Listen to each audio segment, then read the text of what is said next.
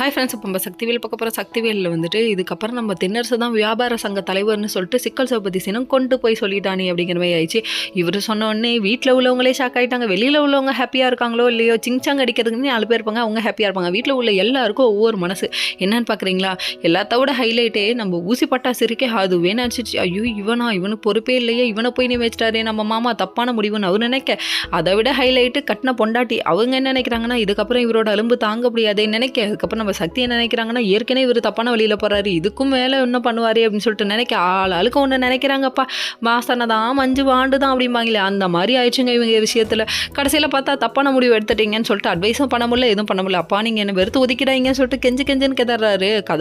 கதர்னாலும் நான் இனிமேட்டுக்கு உங்க கூட பேச மாட்டேன்டா அப்படின்னு சொல்லிட்டாங்க. இனிமேட்டுக்கு உன் வயால் என் அப்பான்னு மட்டும் கூப்பிட்றாதுன்னு சொல்லிட்டாங்க. உன் பொண்டாட்டி நீ சேர்ந்து எனக்கு என்ன தண்டனை கொடுத்துருக்கீங்கன்னு சொல்ல, அந்த டைமில் அங்கே பொண்டாட்டிக்கு சப்போர்ட் பண்ணவர் இங்கே வீட்டுக்கு வந்தோடனே காட்டு கத்துறாரு. என்னப்பா அது அப்படிங்கிற மாதிரி ஆயிடுச்சு. நீ பண்ண வேலையால் தான் எனக்கு இவ்வளோ பெரிய தண்டனை, எங்கள் அப்பா என்கிட்ட பேச மாட்டேங்கிறான்னு சொல்லிட்டு செம்ம திட்டு. இதுக்கப்புறம் என்னடா அப்படிங்கிற மாதிரி ஆயிடுச்சு. நம்ம சக்தி மேலே தப்பு இல்லைன்னா முன்னாடியே சொல்லியிருக்க வேண்டியதுன்னு ஏன் அவன் மறைச்சான்னு சொல்லி கேள்வி மேலே கேள்வி கேட்குறாங்க. சாப்பிட வானா வரமாட்டேங்கிறாங்க. இப்படியே முறுக்கிக்கிட்டு எத்தனை நாள் பார்ப்பேன். சரி விடுங்க, பசி வந்தால் 10 பறந்தும் போகும்னு சொல்லுவாங்க. அதுக்கப்புறம் பசி வந்தால் ஆட்டோமேட்டிக்காக இவங்களாம் உட்காந்து சாப்பிட ஆரம்பிச்சுவாங்க அப்படின்னு நம்ம நினச்சா, கடைசியில் பார்த்தா பிரச்சனை ஊதி பெருசாக்கிட்டு இருக்காங்க. அதாவது தலைவராக இவரை நியமிச்சிட்டாங்களாமா, இவன் அடிக்கிற ஆளை பார்த்தா தாங்க முடியலடா அப்படிங்கிற மாதிரி இருக்குது. கண்ணா உனக்கு எந்த பிரச்சனைனாலும் என்கிட்ட சொல்லுன்னு சொல்கிறாங்க. நீ தாண்டா பிரச்சனை. ஓகே.